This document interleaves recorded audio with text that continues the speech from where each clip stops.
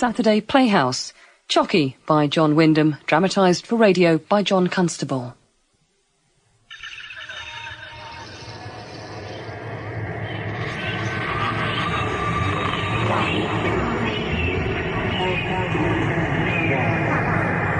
Where is Earth? Yes, but where is the sun? Where? X, X, X, X, X. What is X? Why? No, no, no. Yes, yes. Why not? No, no, no, no, no. Yes. But why? Why? I don't know why!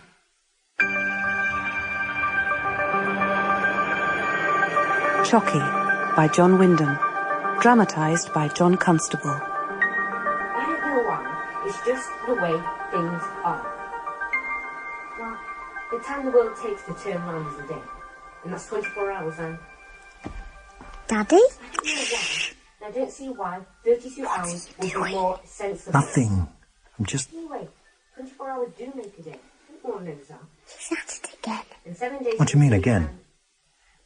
He just stands there talking to himself and staring into space like a zombie. He's mad.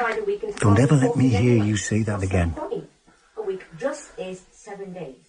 I expect he's on the phone to Colin. No, he's not. Look. Polly, no. Do you know it's never? Thought I told you to knock before you come barging in. Oh, hi, Dad. What? Nothing. We just wondered who you were talking to, that's all. No one. Oh.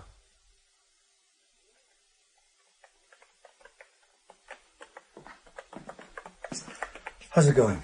Getting there. Darling, have you noticed anything odd about Matthew lately? Well, I don't exactly mean odd. You know, anything unusual. Oh, so you have you? It didn't seem worth bothering about. I mean, all children talk to themselves at times. I'm afraid I didn't pay much attention. I didn't want to do anything that might encourage another piff. Well, don't even think about that. Well, anyway, Polly was only, what was she, 5? No, a piff can provide useful bossing material for a little girl. But for a 12-year-old boy to... I hope you're right. One piff was more than enough. Now, this is different. I mean, Piff used to spend most of her time being bossed about by Polly and having to take it. Yeah. This invisible friend seemed to be criticising and coming back with opinions of its own. What do you mean? Well, I don't see... It was as if Matthew was being argued with, or arguing with himself. He must have been arguing with what someone's told him at school. One of his teachers, most likely. Honestly, some of the questions he's been asking lately. Lately? Was there ever a time when he didn't? Oh, I know. But there's a new kind with a different slant. Such as? Well, the other day he asked me why there are 2 sexes. Well, that's a difficult one, you know, on the spur of the moment. Well, it's difficult anyway, isn't it? What? Now you come to mention it, yeah. But I didn't mention it. Matthew did. Well, of course, it helps to spread the load. And there was another one, too, about where is Earth? Would you believe it? Where is Earth? In relation to what? Oh, yes, he knows it goes around the sun. But where, please, is the sun? Well, I suppose that's why we send them to school. Broaden their horizons. Anyway, we don't want to make heavy weather out of this. It's probably just a passing phase. Why does a cow stop? Why? Why? What stops? What stops happening? What makes it stop? No, I can't tell you now. No. No, Chocky. Not now, I want to sleep. Shall I call the doctor? Oh, do It's shut nothing up to and go worry away. about. Just a fluey germ he's picked up from school. Stop it, Chocky. He's running a Do high shut temperature. up. Doesn't seem to know whether he's talking to me or... Do shut up and go away. It's all right, darling. Mummy's here. Mum, tell Chocky to go away. She doesn't understand. She won't leave me alone. Here, darling. Have a little drink. There. Now lie down, darling, and try to go to sleep. Asleep, but Chocky won't let me. He will keep talking. Please make him shut up. There now. You'll feel better when you wake up. Do tell him, Mum. He won't listen to me. Tell him to go away now. Chocky, you really must let Matthew be quiet and rest. He isn't at all well, Chocky, and he needs to go to sleep. So please go away and leave him alone now. Perhaps if he's better tomorrow, you can come back then. See, you've got to clear out Chocky. Yes, she's gone. Good. Now you can settle down. Good night, darling.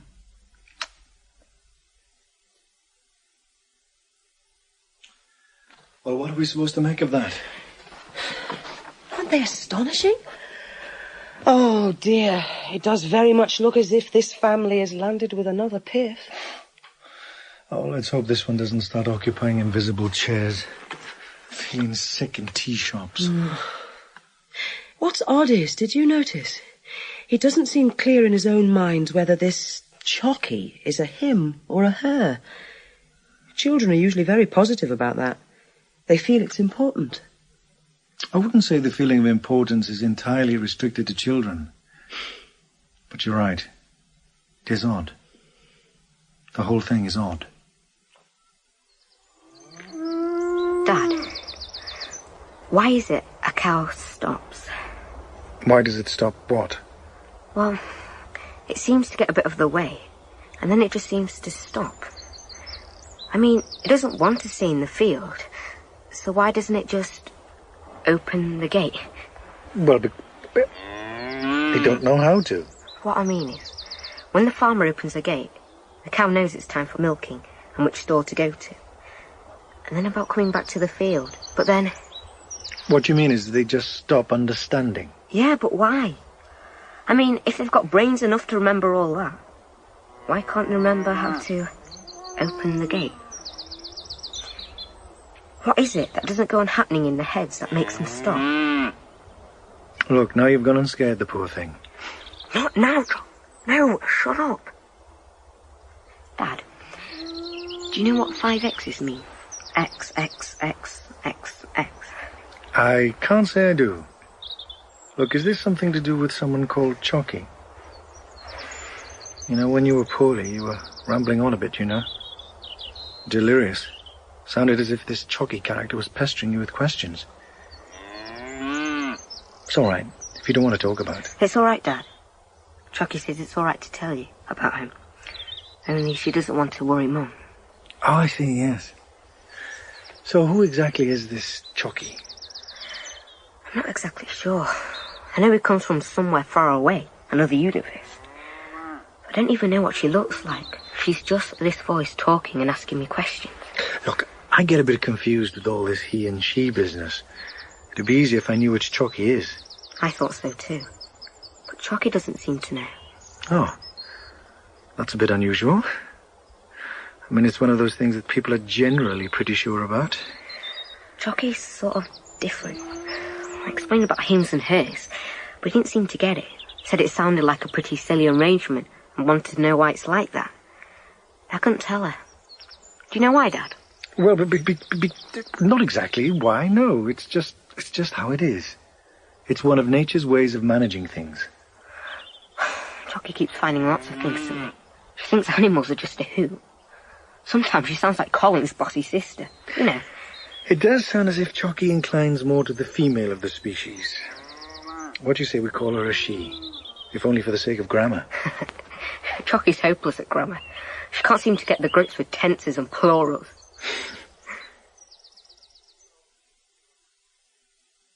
I do wish we knew more about his parents. In Polly, I can see bits of you and me.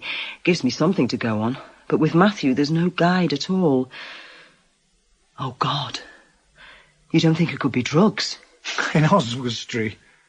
Look, nobody's saying there's anything wrong with him. I mean, apart from the fact that he... Hears voices. Chocky. What sort of a name is that? Sounds like some voodoo doll in a video nasty. She named herself, apparently. Matthew seems to think she's... She? Yes, we sort of decided it would be easier if... You decided she was feminine so you could gang up on her? Now, don't be ridiculous. Why does a car crash? Why? Danger. Danger. Dirty. Clumsy. Ugly. Stupid. Stupid. Stupid. It's not stupid! It's not stupid! No, it's not! It's a brand new... Shut up! Shut up! Shut up! Matthew, it's all right. Come on, there. Take it easy, son. Let's get away from all these spectators, shall we? There you go, son. Sorry, Dad. That's all right, old son. You take your time. All right now, I think. Good. But dear, oh dear, what was all that about? The car. The car? What's it done to you? No, I think it's great. That's why I wanted to show. Oh, I see. And Chocky wasn't interested. She said it was stupid and ugly, and she laughed at it. Oh, what did you find so amusing about it? Pretty much everything. She said it was dirty and wasteful and dangerous. And why does the engine have to guzzle petrol? I didn't know. So I said that's how cars are. Anyway, and ours was brand new, the latest model. And she said nobody with any sense would ride in something so clumsy and dangerous. What was so great about wheels, when you can have cars that fly through the air and don't have to cough out poison and never crash into each other? There's a lot to be said for that, if you can manage it. Anyway, I don't care what she thinks. I like our new car. Tell me, Matthew, where does Chocky come from? It's one of the things we can't find out. It's too difficult. You see, if you don't know where anything else is, how can you find out where you are? Like, no reference points. I expect that's it. But we think where Chocky lives must be a very, very long way away. Everything in her world seems so... Damn. When Janet makes her mind up, she just scatters my wits. Why on earth didn't I put her off? Oh, well. What's going on? Nothing. So when's she coming? Sunday. Matthew, come and feed the swans! Coming! You know, this Chocky affair seems to be getting more baffling by the moment. On the face of it, it's as if some sort of space invader has taken up residence in Matthew's brain. I know it sounds ridiculous, but... I can't see it's doing him much harm. Well, quite the reverse. Well, I have to admit, his interests do seem to have widened. He's even starting to take on an air of responsibility. Now, it just seems to me there's something downright screwy about a child attributing his discoveries to some sort of familiar. What does Mary make of it? Well, she frets, of course. It doesn't help that Matthew was adopted. Oh, I'm not going to blame me. Well, for advising us to adopt, good Lord, no. At the time, it was the best thing that could have happened to Mary. And then, of course, within a year, she was pregnant with Polly. I seem to recall Matthew was none too pleased. I think he was rather hoping for a baby lamb. Hey, not so pushy. Hey, careful! I'm always says they can break your arm with their wings. The thing is, we can't help feeling we must be somehow responsible. Something in Matthew's childhood. It's only natural. Then again, all this fussing over him. That's why I was wondering if you knew of anyone who might be able to advise. You remember that chap Landis we met at the Rotary Club, do? He'd have a beardy weirdy. Of course, it's none of my business, but, well, one can't be too watchful. Doesn't it strike you as being a bit introverted? I don't think so. Ah, well, that's what I mean about the outside eye. He does to me. And my Tim says he talks to himself. A lot of children think out loud. Of course. But according to Tim, he does say some rather odd things. There is such a thing as a child having too much imagination, you know. What kind of odd things? Tim doesn't remember exactly, but they seem to him, well, distinctly odd. And let's face it, your Tim is unmistakably the healthy extrovert type. Mens stulta in corpore sano and all that. Exactly. Which, of course, makes one aware of the difference between them. Oh, it's bound to. I mean, your Tim is so splendidly normal. It's hard to imagine him saying anything odd. Though I do think it's a pity that normality is scarcely achievable except at some cost to individuality. Still, there it is. That's what normal means. Average. Oh, I wouldn't call Tim average, exactly. Why, only the other day, he was asking me whether he thought... Thanks for heading her off. Though you were a bit hard on her, Tim. He's not that dull. Of course he's not. But your sister, my dear, is an interfering and, I'm afraid, not very intelligent... David!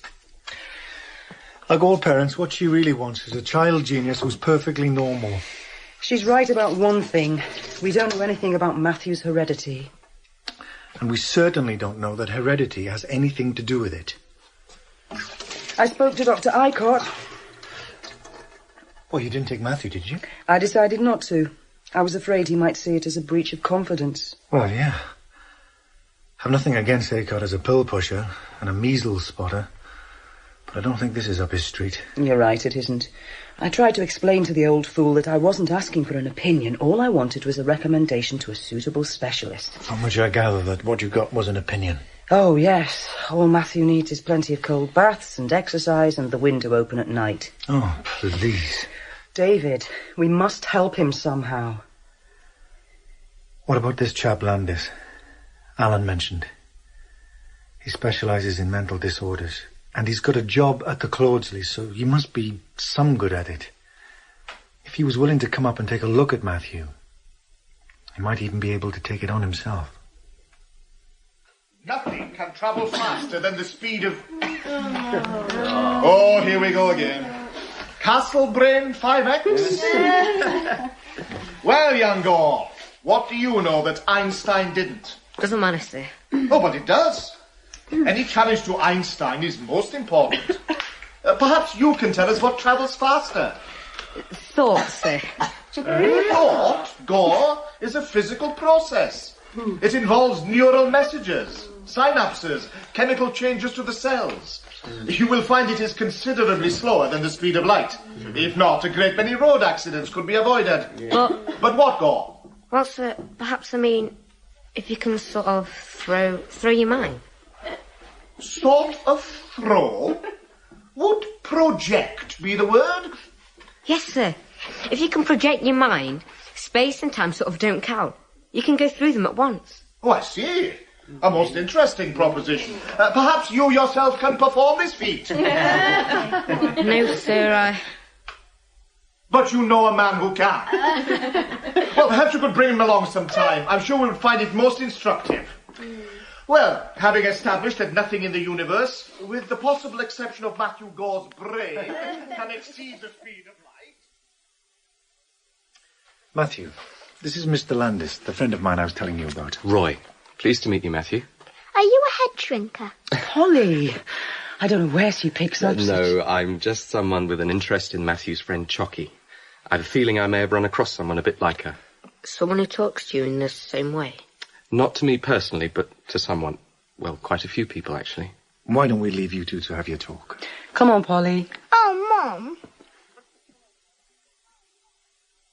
From what David told me, I was rather expecting an imaginative child who'd been reading too much science fiction. And what do you think it is now? Well, Chocky exists, all right, but where Chocky exists, or how, and what she is, beats me. And it beats Matthew, too. I can understand that for him she exists. That's why we've been playing along. Oh, Chocky has a much more definite existence than that.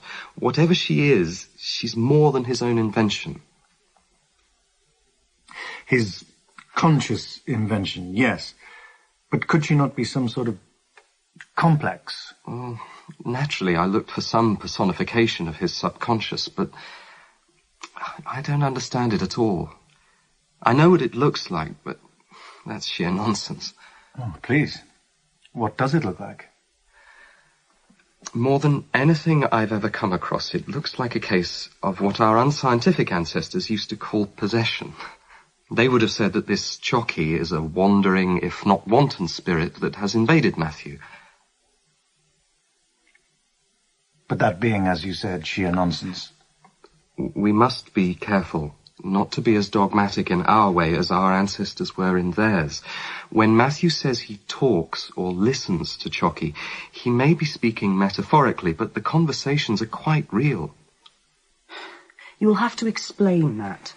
Well, for instance, he was trying to explain why Chocky thinks our space rocket's even funnier and more old-fashioned than your car, and how the... How did space rockets get into this? It had to do with the speed of light being too slow to allow one to cover the vast interstellar distances involved. Apparently, Chocky keeps going on about something she calls XXXXX.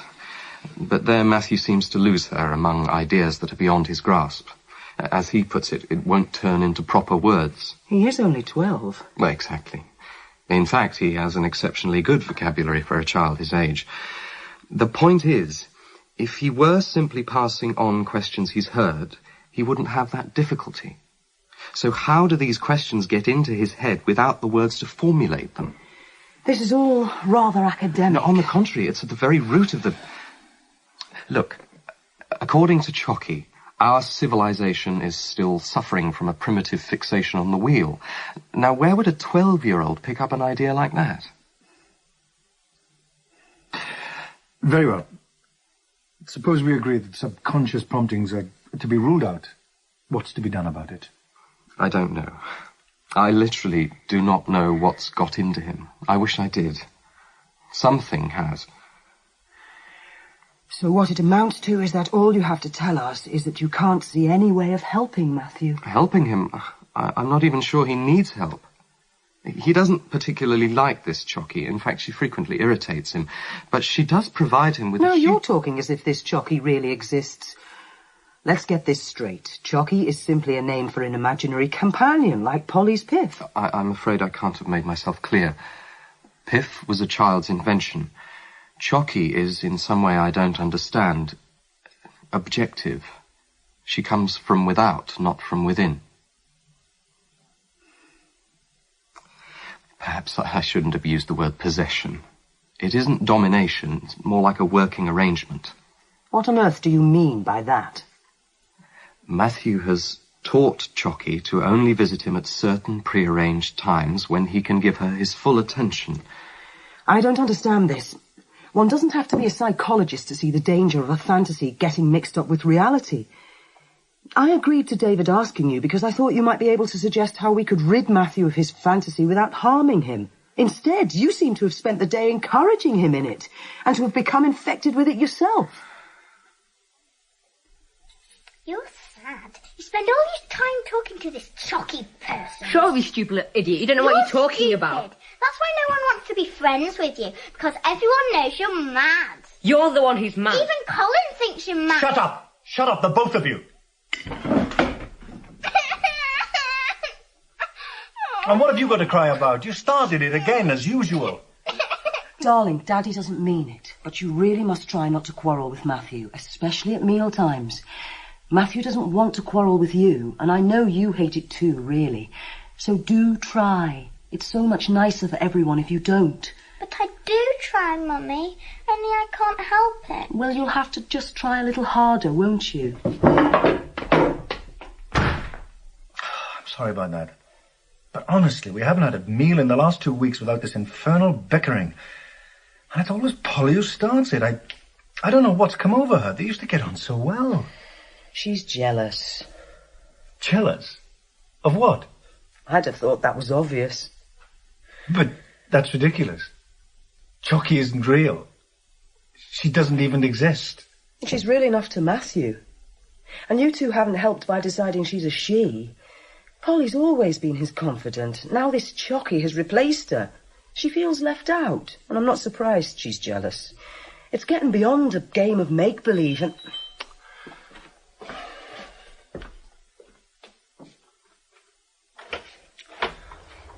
Good evening, Mr. Gore. I don't expect you remember me. Stephen Caffer. I take your Matthew for maths and physics. Oh, yes. Please, come in. Yeah. Good evening, Mr. Caffer. Matthew's just upstairs doing his homework. Shall I call him? Oh, no, Mrs. Gore. In fact, I'd rather you didn't. It's really you I wanted to see. About Matthew, of course. Oh. Please come in. Through. Yeah.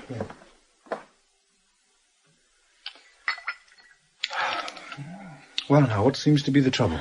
Oh, no trouble. Well, nothing like that. I hope you don't mind me calling on you like this. It's quite unofficial. To be honest, I'm puzzled. Oh, thank you. I presume you're the mathematician of the family? Well, I'm just an accountant, more arithmetic, not... Then it must be you, Mrs. Gore. Me? Well, I do talk to Matthew about computers. I design websites, but no maths, not even arithmetic. Well, someone has been helping. Not that I mind that, but... Well, frankly, I think it's too much for him to grasp at the moment.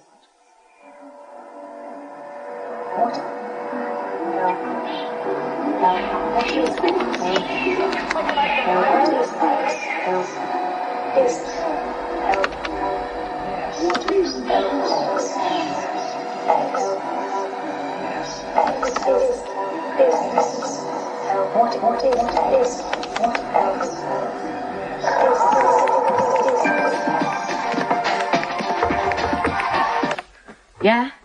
I thought you were supposed to be doing your homework. I've done it. What? What have you been doing to poor Mr. Caffer? Nothing. He gets annoyed when I ask questions, so now I don't ask. He wants to know who's been teaching you the binary code. The what? What's this, Matthew?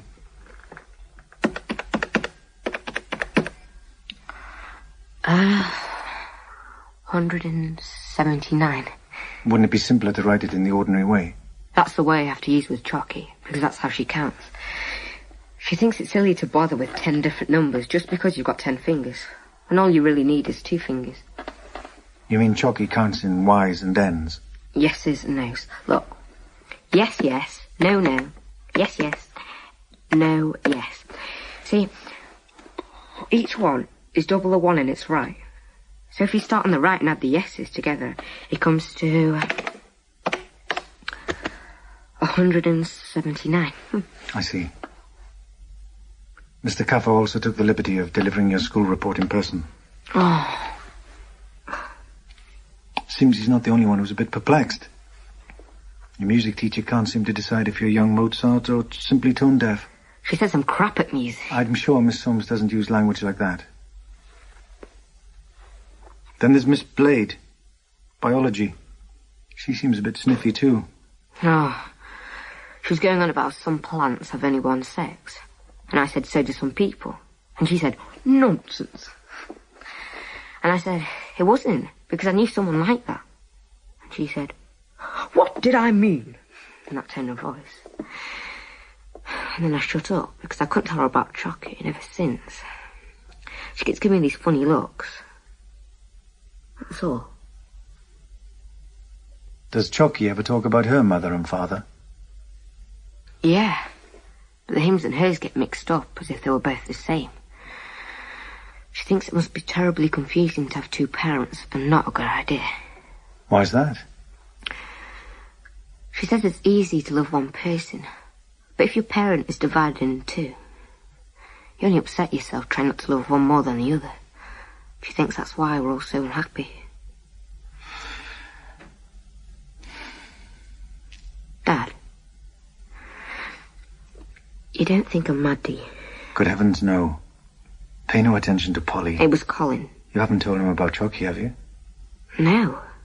I haven't told anyone, except you and Mum and Polly. Good. If I were you, I'd keep it that way. I only asked him if he knew anyone who could hear someone talking sort of inside himself. And Colin said that hearing voices was the first sign of madness, and that people who do hear them get locked up or burnt at the stake. So I wondered... Of that? You must have been thinking of the kind of voices that make people do stupid things and get them muddled over what's right and what's wrong. That's a different kind of voices from the ones that ask questions and tell you about the binary code and so on. Quite different. You'd probably only heard of the other kind. Didn't know what you meant. Good. You see, I don't feel at all mad. No. No need to worry about that. No need at all.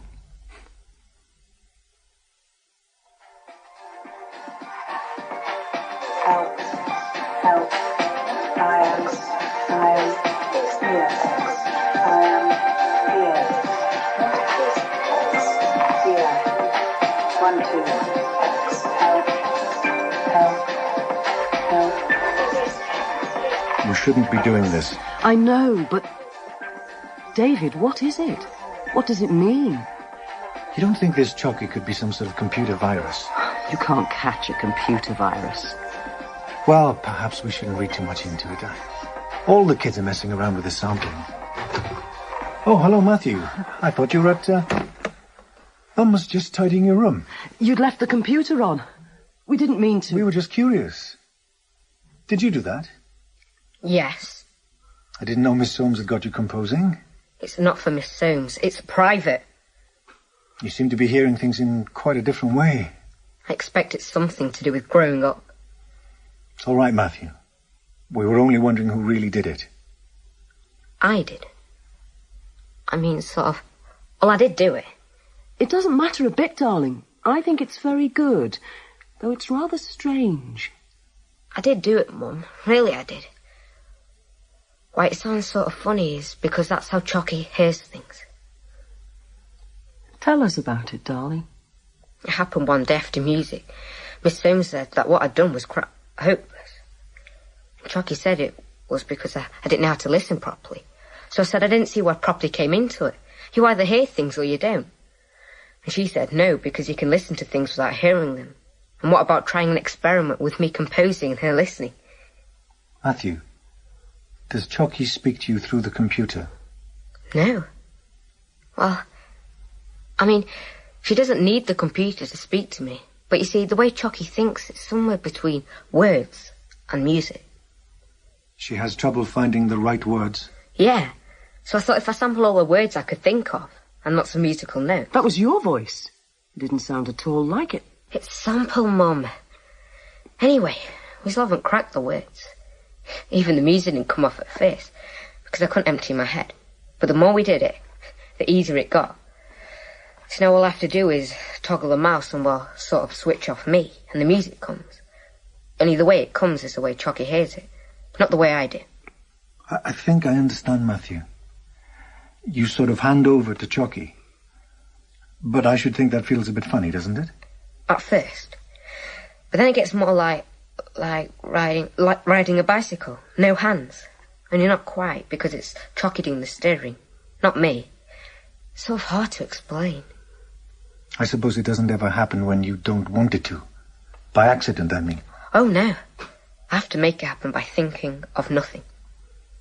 Yes, dear, we understand that, but do you think it's a good thing to do? I think so, Mum. It's much better than the music I do on my own. That wasn't quite what I... It's getting late. That's right, it is. By the way, Matthew, have you shown these to anyone else? No. Well, not really shown. Miss Soames came in when I was messing around on the sequencer and asked me whose music it was. I couldn't pretend it was anyone else's. So I had to say it was mine. She gave me a funny look, you know, and said did I mind if she had a copy. I couldn't very well say no, so... Ah. Come on then, young Mozart. Time for bed. Good night, darling. Oh, David. He was such a lovely little boy. Darling, I'm sure you've got it all wrong. I mean, it is not... He was pretty emphatic that he's the one who decides when, and whether it happens at all. Naturally, he'd think that.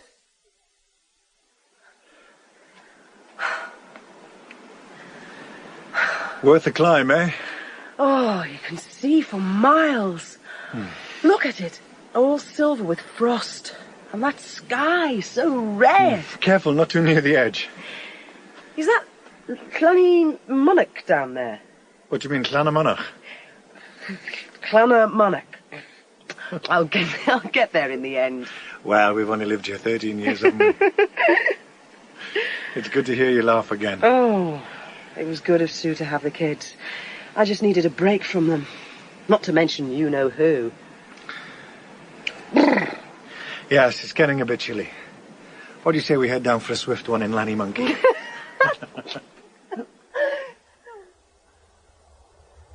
Come on, Colin. Don't be scared. It's frozen solid, look. Be careful! Auntie Sue said we weren't to go on the ice. It's all right. Must be at least a foot thick. I saw this man ride his motorbike across it, right over to the other side. Look, you can see ice in it. Is there really a swan's nest on the island? I'll show you, but we'll just have to watch out for the Matthew! Polly!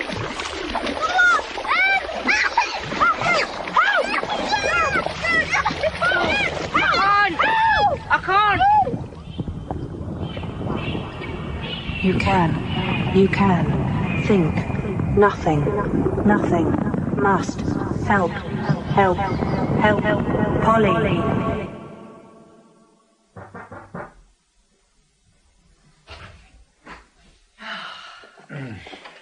We've just seen a sunset to die for.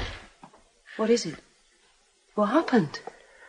No, not... Look, it's all right, Mary. They're safe. Matthew's upstairs in bed. Sue's taken Polly to the hospital. It's a nasty cut on her arm. But, look, it's nothing serious. What happened? They fell in the mere, but they're all right. They're all right. It's a near thing, though. It hadn't been for Matthew. Cheers. So what happened?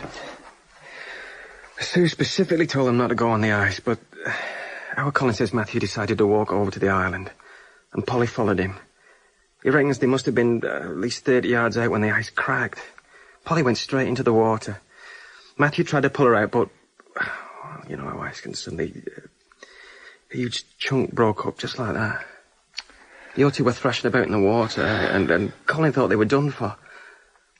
But then he saw Matthew striking out for Polly. Held her up for more than a minute, Colin reckons, in that freezing water. Somehow, he managed to drag her out onto the ice. Anyway, it came out all right, thank God. But if it hadn't been for Matthew...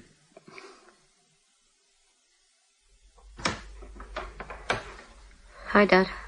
How are you feeling? All right. Andy Steve made me a hot bath.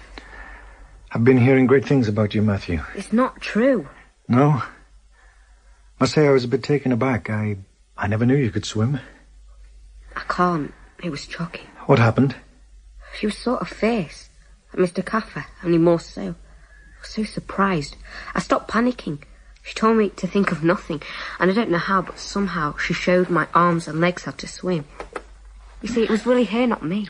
I see. So once you found out you could swim, you looked for a way back onto the ice? No, there was Polly. Yes, there was Polly too, yes. That does rather seem to be the point. It was Chocky who did it.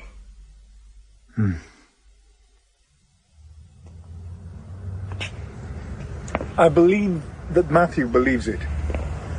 And how else can one explain it? The day before he couldn't swim a stroke. And this thing of getting out of the way and letting Chocky do it. He's been doing it to compose his music. Yeah, this is what it seems to be. It opens up a whole new phase of this Chocky business. That's what we thought. And poor Mary's not at all happy with it. She's afraid for him. I don't see why. After all, whether Chocky exists or not, it's only because Matthew believes she does that your two are alive today. Don't you see that? Oh, I don't know. Why do people find it easier to believe in evil spirits than in...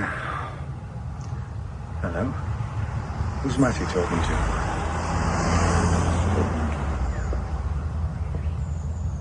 Hello, Dad. Hello. I don't think we've met. Mike Evans, sir. My dad used to run the leisure centre.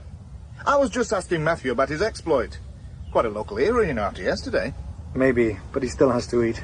Come on, Matthew. Bye, Matthew. Bye. Who was that? Just a man. He wanted to know how Polly was. He said he's got a little girl like her, so he's interested. Most astounding of all, Matthew didn't know how to swim. The water was icy cold and I was terrified, he admitted. But then I heard a voice telling me to keep calm and how to move my arms and legs, and so I did, and found that I could swim. That's Mike Evans, the man I saw talking to Matthew. He must work for the local rag. Matthew believes that the voice, which he often hears speaking to him... Oh, why didn't is I... the voice of his guardian angel. Shall I go and sort it out now? He'll be fast asleep by now. Besides, what's the point? What's done is done. Well, it's only a local paper. Assimilated into medieval Christianity and has survived to this day in our folklore and seasonal rituals. This new archaeological find establishes a clear link with an Anglo-Saxon mother goddess. Now, from the influence of the ancient angles to the incidence of a modern angel. 12-year-old Matthew Gore from Oswestry, Shropshire... What? Icy Lake to save his sister from drowning. The funny thing is, Matthew can't swim. Denise Clatterbuck spoke to our reluctant hero. Oh. Matthew, is it true that you'd never swum before? Yeah. I mean, no. You'd never swum before? No. I tried, but it wouldn't happen. But this time it did? Oh, no. You heard a voice telling you what to do? Well, sort of. And you think this must have been the voice of your guardian angel? No. That's a load of rubbish. But you told the local reporters that... bloody Mike Evans. He didn't. He said it, and I didn't know he was a reporter anyway. But you did hear a voice? Sort of. But now, don't you think it could have been your guardian angel telling you how to swim? I never said anything about guardian angels. It was him. All that happened was I just found I could swim. Swimming in one easy lesson. Well, whether or not there was a guardian angel involved, congratulations to Matthew on the way he put the lesson to use. Now sport and news of Manchester United's thrilling 3-2 victory last night. I've just been listening to you on the radio. Oh. How did it happen? A woman phoned up when you and Mum were out. She said she was from the local radio and could she come round and see me. Well, it seemed rude to say no to. So she came round and showed me a bit about me in some local paper. Then she turned on a recorder and asked me some questions. I didn't think it would be interesting enough to get broadcasted, honest, Dad. Can't be helped now. But if there are any more would-be interviewers, I think you'd better refer them to me. Will you do that? I'll try. But I didn't know that Mum was a reporter. I mean, the radio lady. Well, it didn't seem like an interview exactly. Perhaps the simplest thing would be to treat any stranger as a suspected interviewer. We don't want them getting onto Chocky, do we? Mm-hmm. Where's your guardian angel laying now, eh? It's not true. I never said anything about guardian angel. Save you from this!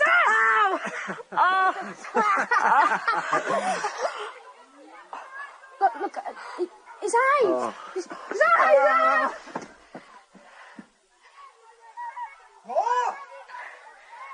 Oh! You all right, boy? Yes, sir, I think so. Let's have a look. Oh, you're going to have a bit of a shiner. So all from the staff room. That's Simon Leder and his gang. Whatever did you do to scare them off like that? No, sir. I just stood up and looked at them. Looked at them? Well, you must have looked pretty fierce. Perhaps you threw your mind at them, eh? No, sir. Can you see out of it? I'm all right. Did Chocky do it? Now then, break it up, you two. Oh, not again.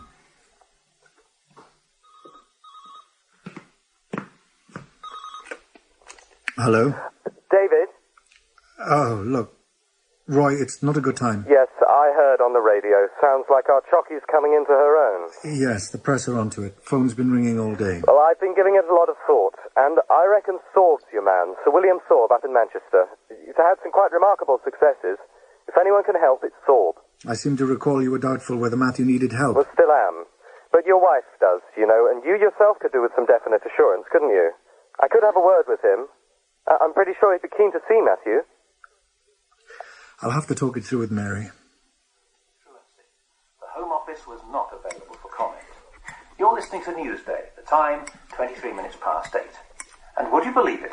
Young Matthew Gore is in the news again. I never talked to anyone. Minutes of fame on last Wednesday's Newsday. Well, get an earful of this.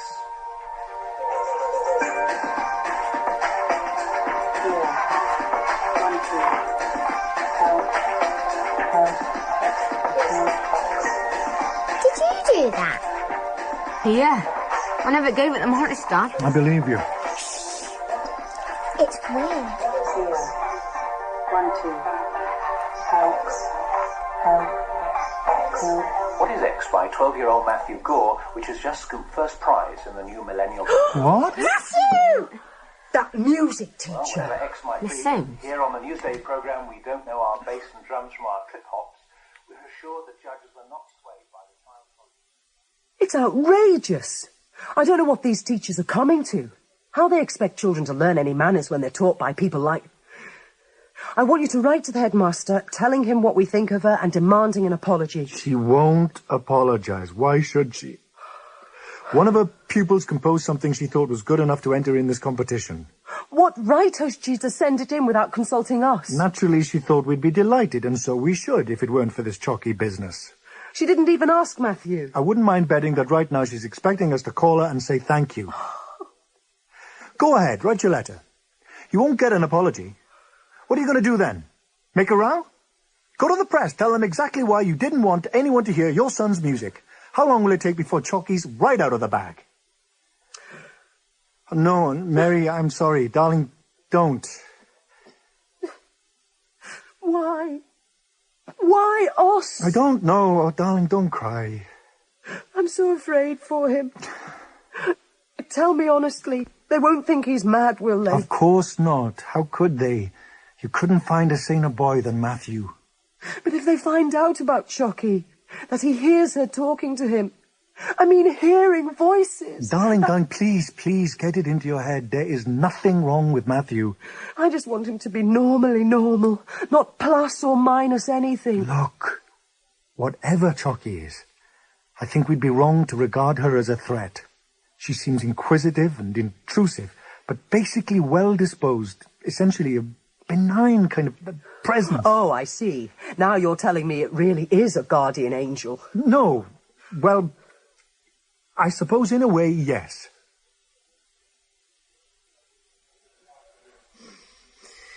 You know, David, with all this hoo-ha, Chocky's right in the wings. She'll be taking a call any moment now. What are you going to do about it? About it? What can I do except try to deal with things as they crop up? About Matthew, though, Landis has come up with a recommendation. Sir William Thorpe.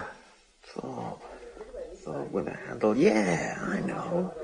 Recently got appointed as some sort of advisory industrial psychologist on some whacking great retainer. On top of a thumping good practice. Oh, at thumping good fees? It won't be cheap. I'll word with Landis before you commit yourself. I don't know. It's not as if this Chocky has done him any harm. She has, in fact, saved Polly's lives. It's Mary I worry about. She won't be happy until Chocky has been driven out. Abolished. Exorcised. Then you'll have to pin your faith on Thorpe.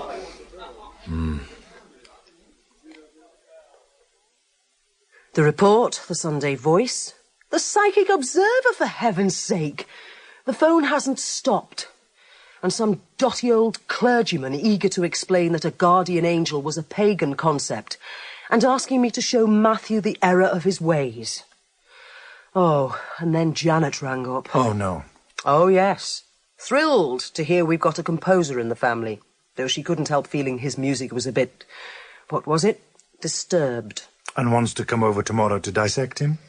Well, Sunday, actually. I hope you put her off.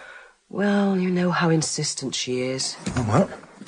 No, wait a minute. I'm damned if we're going to sit here listening to your sister taking him apart in some gloating orgy of, you know the line she'll take, gushing, inquisitive, phony commiseration for her poor sister who would have the misfortune to have a peculiar child if anyone did.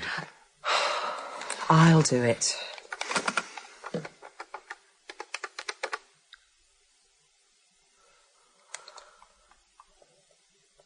Janet? Hello. Look, I'm sorry. David has already fixed up for us to spend the weekend with Alan and Sue. Yes. Sorry. I should have checked with him first. Next weekend? No. No, I'm afraid we're busy. Look, I'll give you a call when things settle down a bit. No, he's fine. All right, Janet. Yes, I'm sorry too. Bye. Thanks, David. Hello? Who is it? Sunday Dawn? No, I'm sorry, you can't. No, I'm his mother. He's gone to bed. No, he'll be out all day tomorrow. Goodbye. That settles it. We have to go out tomorrow. And we'll have to start early before they start camping in the front garden. Tell you what, we'll stay away overnight. Oh, leave the thing.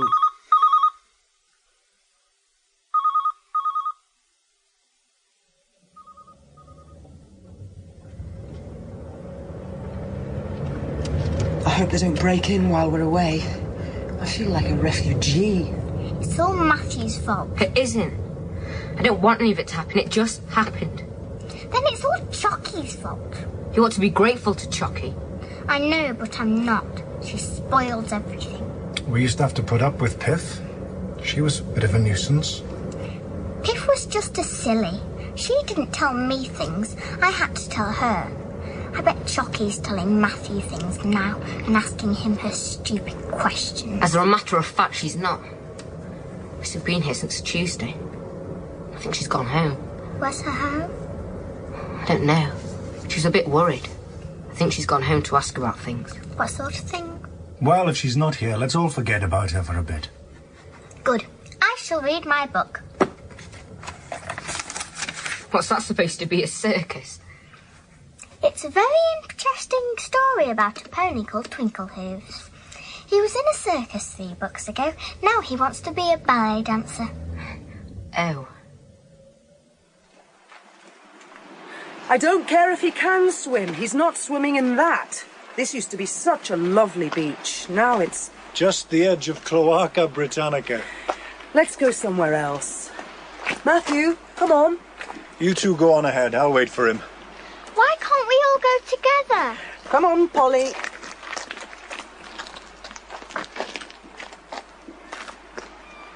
Chocky's back, isn't she? How did you know? Let's get in so I can read the signs. Look, do me a favour. Don't tell Mum. She'll only worry. We don't want to spoil her day any more than this place has already. Okay. Dad, I think Chocky's got a problem. How do you mean? I don't know. She keeps going on about danger and how nobody must know she's in me, and then she seems to get confused and start jabbering on about how it's all her fault, and she doesn't seem to be sure of anything anymore. I don't know what she's talking about, but it sounds really scary, like... Matthew! David! Like what? Matthew? Something terrible is going to happen.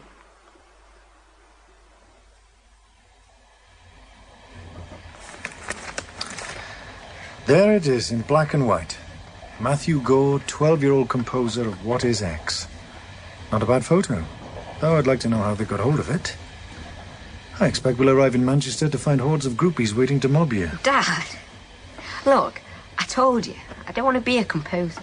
What do you want to be? I'm going to be a physicist. Oh, are you now? So you can get your own back on poor old Mr. Caffer. I want to find out what it means. What? Life. The universe. X, X, X, X, X. Chocky says if I could just crack the X's.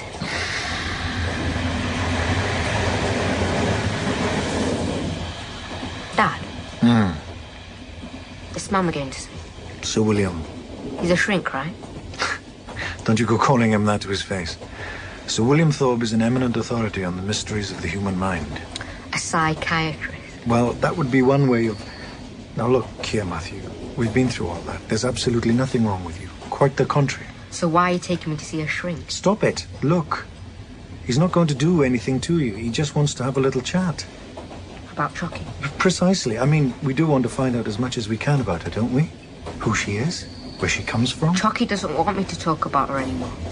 She says I've said too much already. Well, no offense to Chocky, but I'm not sure she's the best judge of what's best for you.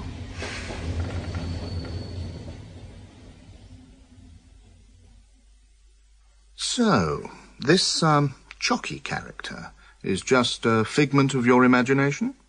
Yes, sir. Well, sort of. I suppose it's what you'd call a fantasy. I expect I was feeling a bit lonely, so I just sort of invented an imaginary friend. That must be it. And this imaginary friend has been teaching you music and quantum physics? I wouldn't know about that, sir. Oh, that's what your dad says. I've got his letter right here. They worry, you see. Parents, eh? Oh, you're a sly one, Matthew Gore, eh? I don't know what you mean, sir. Don't worry, son. I'm not going to hurt your friend Chocky. We just want to find out what she's up to. What she wants from you. But I told you, she doesn't exist. Well, in that case, there's not much to talk about, eh? Well, however, your dad has left me in loco parentis, as we say, and he won't be back till 5, so I suppose we'd better find something to pass the time. You like music? Oh, stupid question. New millennial composer. Let's see. What have we got? Ah. You'll like this.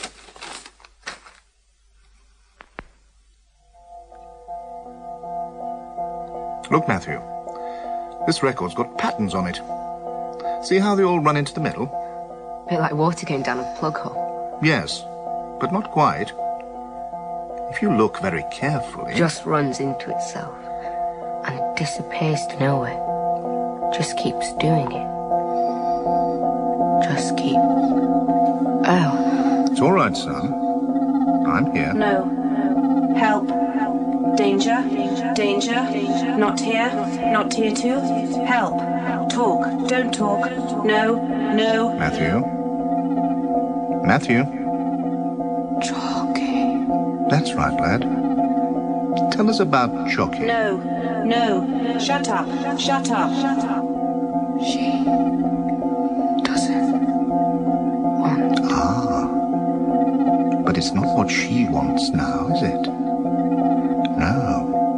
The question is, what doesn't she want us to talk about? X. X. X. X. X.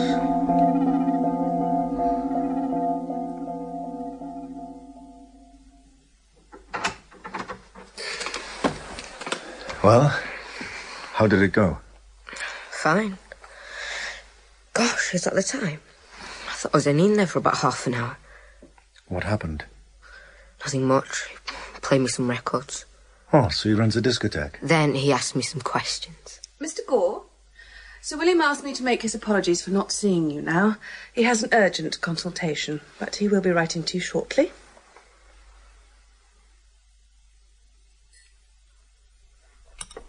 Well, aren't you going to open it? Don't speak with your mouth full. Well, Matthew.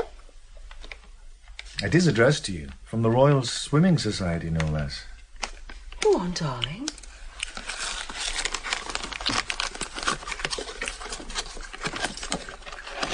What's that? A medal? I don't want it. What's wrong with it? Awarded to Matthew Gore for a valorous deed. Well, that's wonderful. It's not true. It's Chocky's. She saved me and Polly. It's not fair. Aren't you feeling well, darling? I'm all right. It's not anything to do with yesterday. Did that man do something that upset you? No. I'm all right. May I be excused? But you've hardly touched your... Mary, go on, man. Twinklehearst went off his food when his friend Star Eyes died. You go and brush that hair. It's disgusting. Yeah.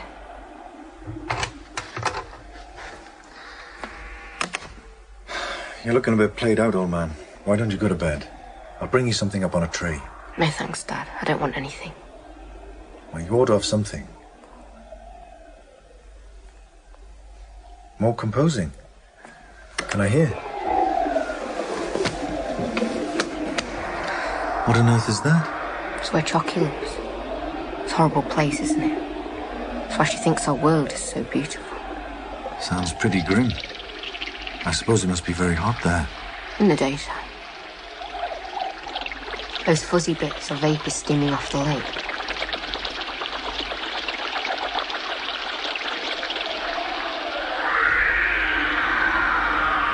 And those? Things that grow there. Chocky's world. Where is it? Never found out. Or where our world is either. It's the last recording. Is she gone, Matthew? She's gone forever.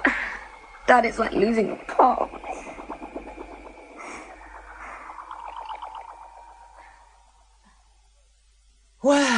Thank goodness for that. Maybe, but don't let him see you think that. I'd better take him up a tray. No, leave him alone. But the poor boy must eat. I think he's, well, saying goodbye to her and finding it painful.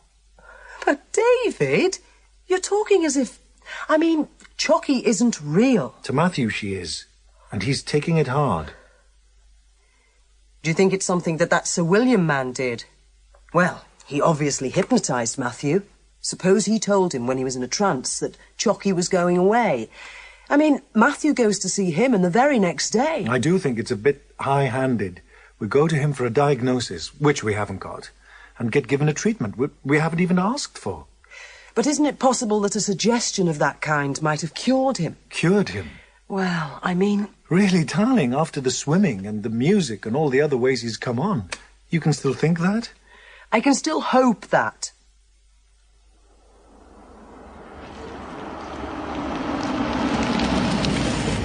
Excuse me, we're looking for Ellesmere Road.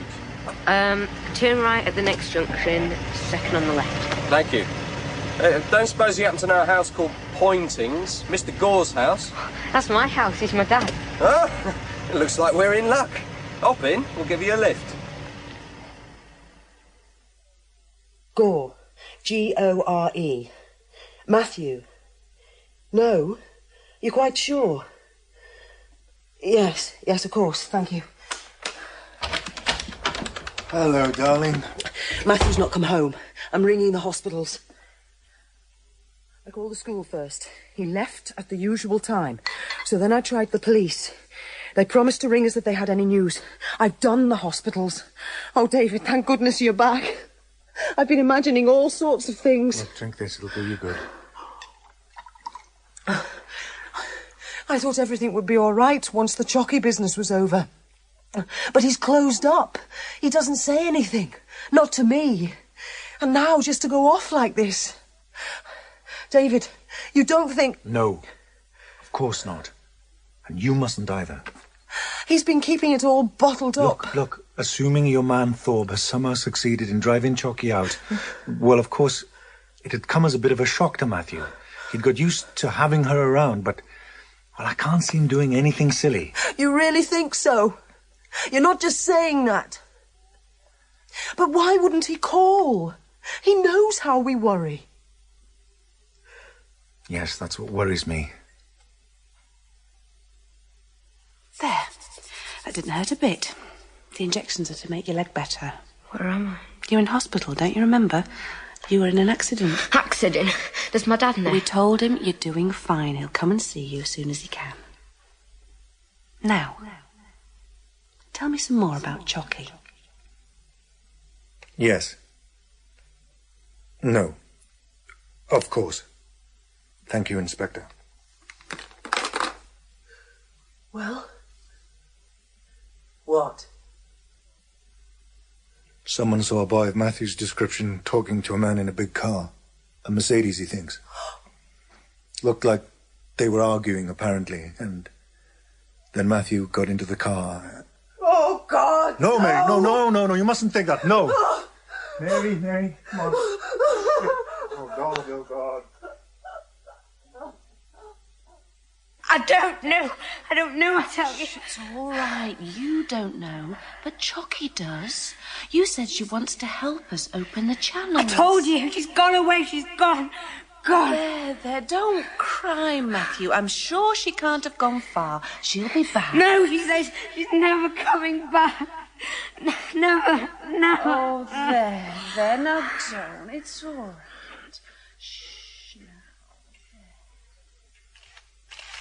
He never did any harm to... We just want him back. Whoever you are, if you have taken Matthew, if you're holding him, please don't hurt him.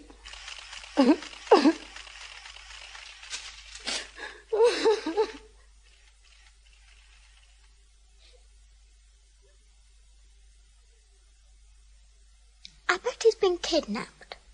You'll probably get a note demanding an enormous ransom. We don't keep enormous ransoms around here. Or abducted by aliens. Maybe Chocky and their friends. Oh, for heaven's sake, Polly, just When Twinklehoos was kidnapped, they tried to turn her into a pit pony. Shut up. Either shut up or go away.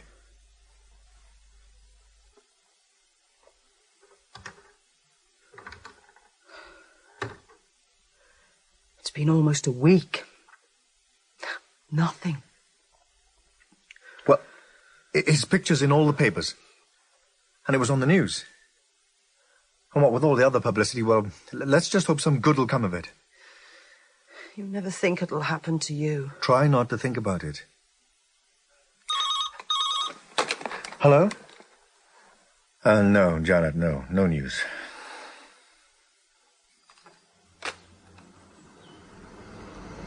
Excuse me, sir.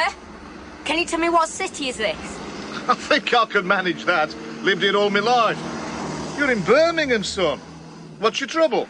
Well, sir, I seem to be lost and haven't got any money to get home with. That's bad. And where would I be? Oswestry, Shropshire.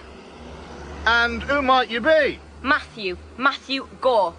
Are you now? Now, you just stand where you are, Matthew. Don't move an inch. As far as I can tell, the boy has come to no harm at all. He's not even frightened. It's certainly the most considerate kidnapping I've ever heard of. However, there are certain anomalies. Matthew is convinced that he's been in a car accident and that his right leg was fractured. He says it was put in plaster and that the people at the hospital gave him a new treatment which made it mend quickly. Certainly his skin condition was consistent with the use of a plaster cast. Well, naturally we x-rayed and there's no sign of a break. Which brings us back to these injections. The way Matthew describes it sounds like some sort of truth serum, presumably used in conjunction with hypnosis. But why anyone would want to use such sophisticated interrogation techniques on a 12-year-old child, Well, if you know or suspect anyone who would have an interest in doing that, you'd be well advised to tell the police. No. That is, well, as you say, why would anyone? The whole thing has the appearance of an elaborate hoax, deliberately contrived to be as unalarming to him as possible. Oh, well, if you should happen to come up with any other explanation... When Twinklehoos got kidnapped, they had to hire a horse box to bring him home. Kidnapped? Was I kidnapped, Dad?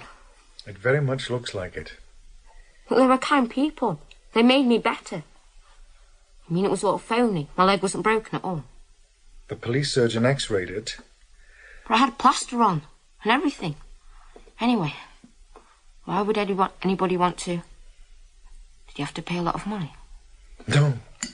No, nothing at all. And it can't have been kidnapping. You must be dead beat. Give me a kiss and then run along, both of you. Daddy and I'll come up and see you when you're in bed.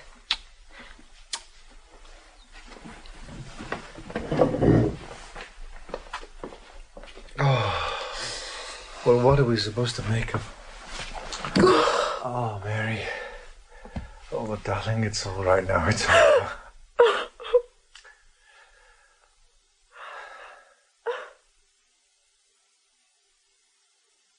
No. Complete mystery.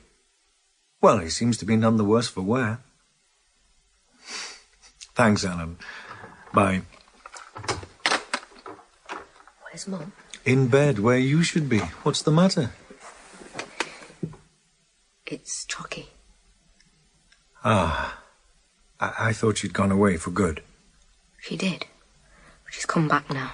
She wants me to tell you some things. Well, fine. Fire away. Matthew? Sorry, Dad. Just a minute. Okay. I'll try. Chocky says it's better if she talks to you herself. Oh. Righto. Tell her I'm all ears. What do I do? No, not the way she talks to me. I don't know why, but she says that only works with some people. She wants to try it another way. How do you mean? A bit like how we wrote the music. Come up to my room, I'll show you. I'm not sure this is such a good idea. Don't you think it might be better for you to tell me in your own words? I don't know. But Chocky's pretty sure she can work here, and she's usually right about things like this.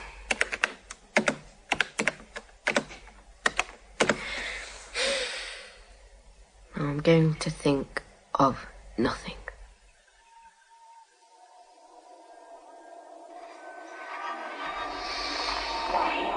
Here, I'm here to help. Dad. Dad. Look here, Matthew. Are you sure you know what you're doing? This is Chocky speaking. I want to talk to Dad, because it is the last time, because I will not come back. Dad will be happy to hear this. Other part of parent, I mean Mom, I mean your wife, will be happier, because it is afraid of me, thinks I am bad for Matthew. But no, I am here to help. Help. Understand. Dad. Who are you? Why are you here? I am explorer. I mean scout. I mean missionary. I mean teacher. I am here to teach. Oh, are you? Teach what? Matthew not have words, not understand. Not perhaps a very good teacher. Yes, I mean, no. Failure. You take over his life, turn it upside down, and then you just walk away, leave him to sink or... Swim? Yes. Failure.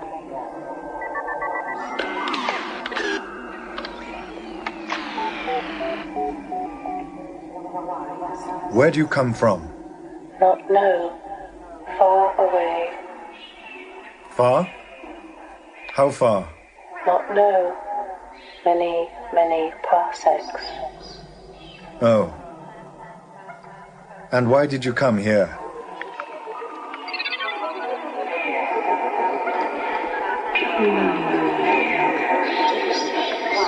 We are a very old people, from a very old planet compared to yours.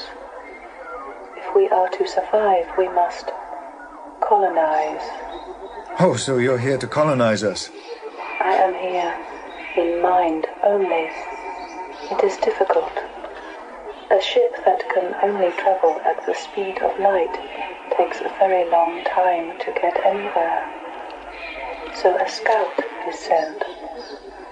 Because mind has no mass, it takes no time to travel. The scout makes his report. If conditions are favorable, we may send a ship of colonists. I see.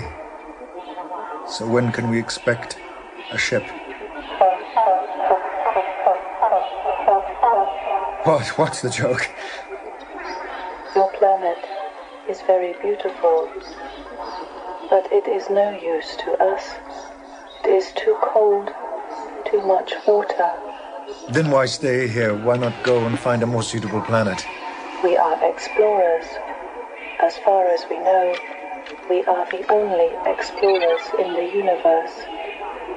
For a long time, we thought we were alone in the cold vastness of space. Intelligent life is so very rare, the rarest thing in creation, but the most precious. It is the only thing that gives meaning to the universe. Without it, nothing begins, nothing ends, only a mindless babble of chaos. So all intelligent life has some sort of sacred duty to nurture other intelligent life forms. Yes. Nurture. Foster. Foster? Frustrated intelligence must have its bounds broken. Why does a cow stop? Narrow-channeled. I am here to help. Open channels. So to you, we're all of us just children? Or how do you see the intelligent life on this planet? Narrow-channeled. Yes, no, universe. This, that, him, her. me, you, here, there. You mean we're stuck in some sort of dualistic... Yes, stuck in primitive groove. It seems to us we've made quite a bit of progress. What? You consume more power, yet your resources remain finite. This is not progress. Progress is an advance towards an objective. What is your objective? You do not know. So you squander your resources. When they are spent, you will be back where you were before you found them, condemned to degenerate on wasted assets. So what, in your opinion, should we be using them to do? Break out of the closed circle. Tap into a source of infinite power. I see, I think. And what is this source of infinite power? X.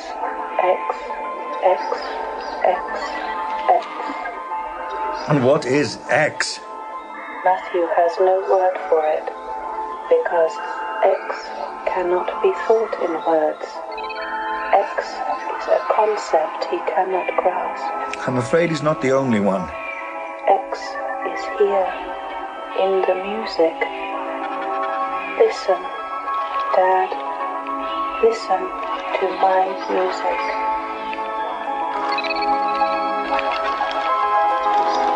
Dad, understand. X.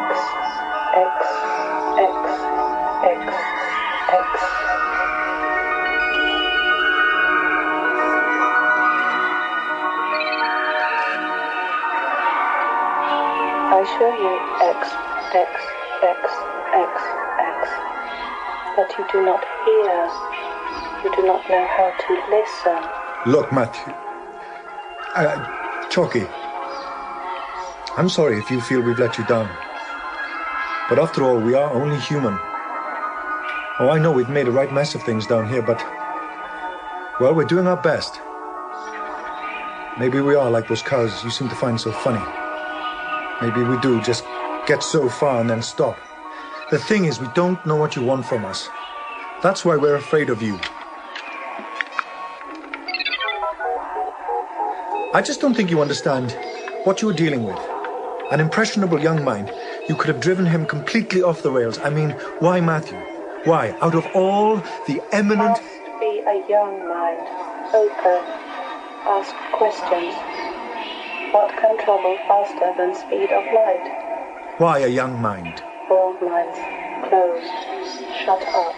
Narrow-channeled. When old minds hear voices, they think they are going mad. You may have a point there, yes.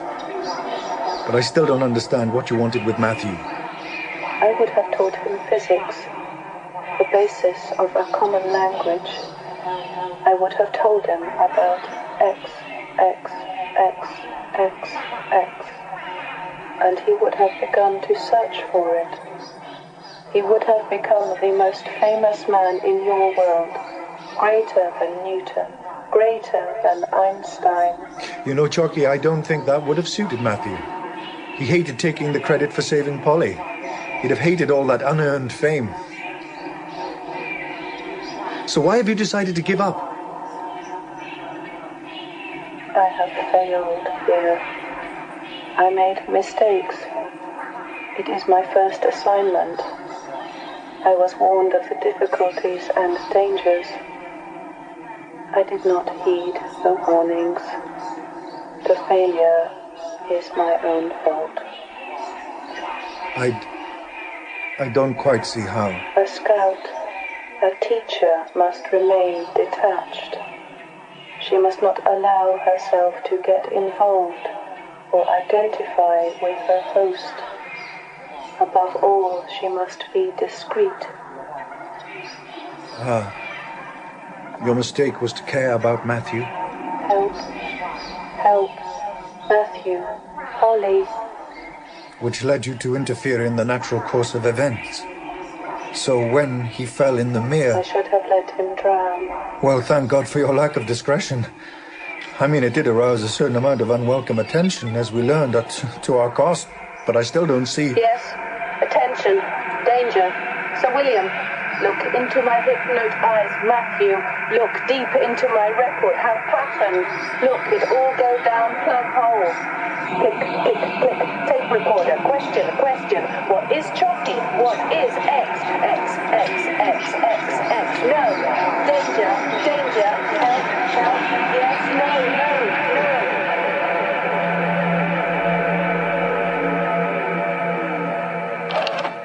Matthew! Matthew! I'm gonna switch this thing off right now. No, Dad, leave it! For God's sakes, Chocky, if you care about Matthew, why subject him to all this? First of all, you tell him you're going away, forever. Then you're back, and then you're off again. Poor boy doesn't know whether he's coming or going. Chocky? Can you hear me? Chocky?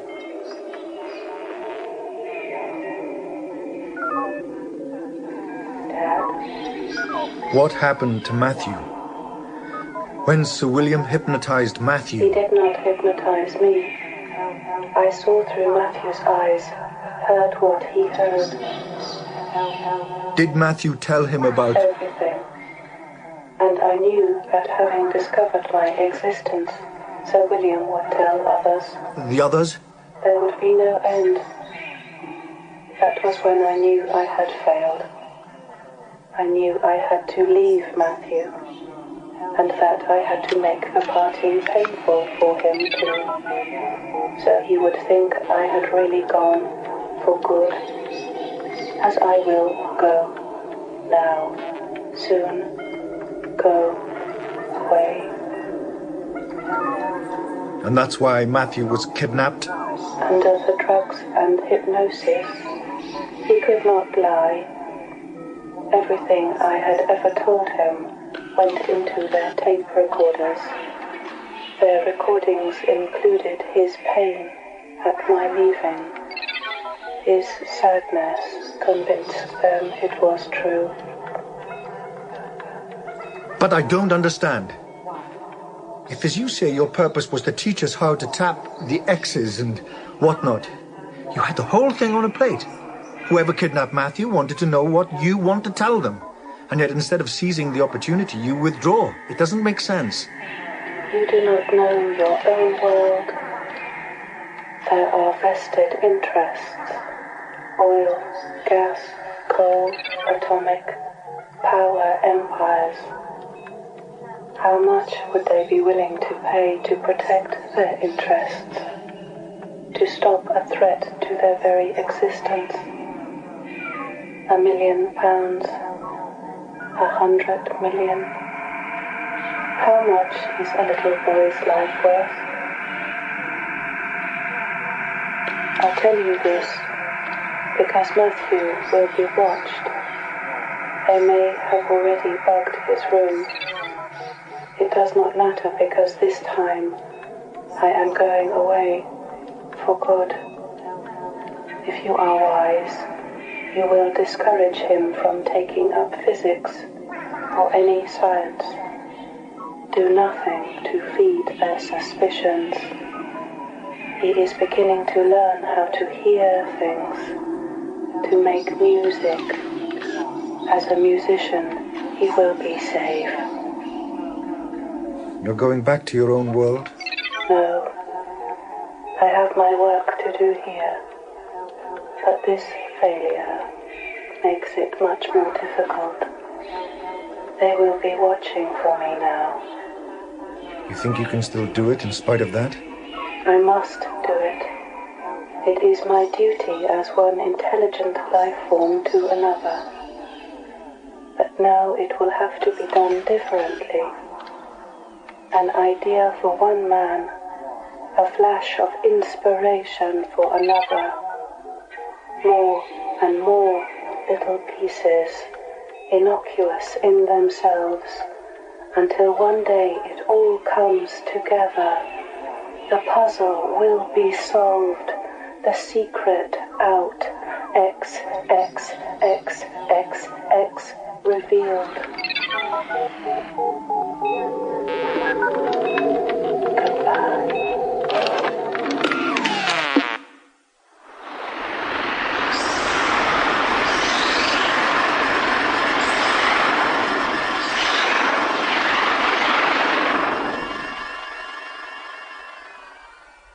Chocky. Matthew. Dad? You all right, old man? Yeah. Dad, you have to go now. Chocky wants to say goodbye. I thought she'd just... To me. She wants to say goodbye to me. Oh. All right. Goodbye, Chocky.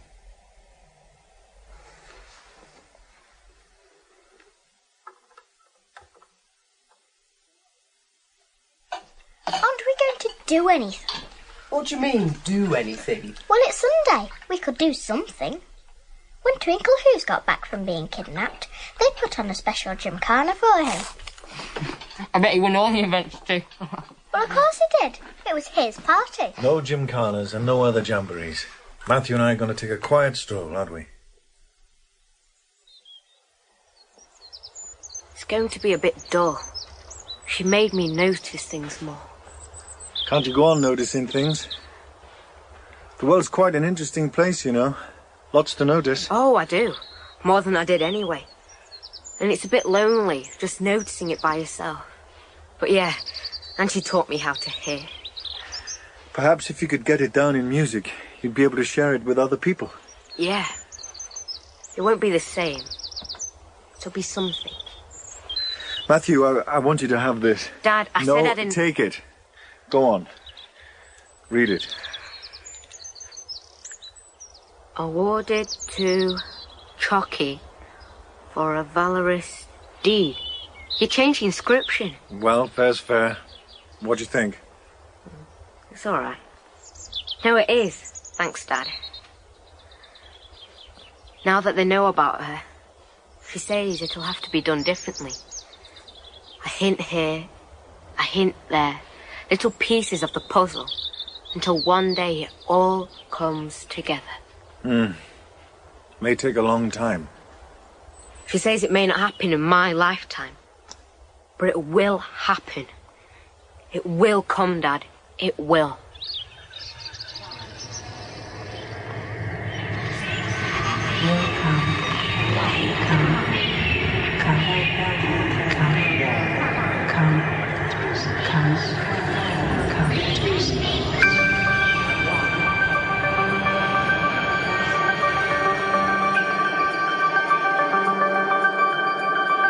In Chocky, David Gore was played by Owen Teale. Mary Gore was Kathy Tyson, Matthew Gore was Sacha Dhawan, and Polly was Holly Granger. Chocky was played by Catherine Hunt, Sir William Thorpe by John Branwell, and Alan was John Lloyd Fillingham. Roy Landis was played by William Oxborough, Denise Clutterbuck by Melissa Sundon, and Colin was William Hague. The Newsday presenter was Stephen Perry. All other parts were played by members of the cast.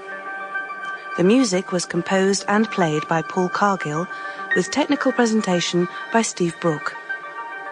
Chocky was produced in Manchester by Melanie Harris, with special thanks to Nandita Ghosh.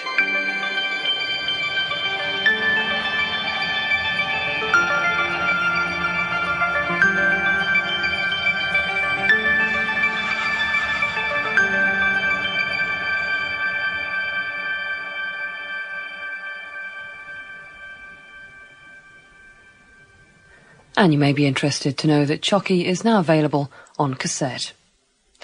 Coming up in a couple of minutes after the news, the smell of public toilets in Tudor England, the taste of tobacco 300 years ago, and the charred, smouldering ruins of a royal palace. That's history in a couple of minutes.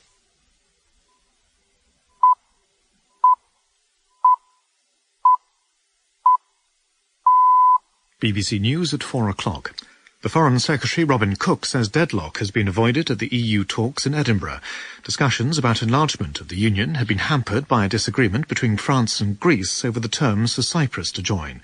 But Mr Cook said he was confident that good progress was now being made and he expected agreement to be reached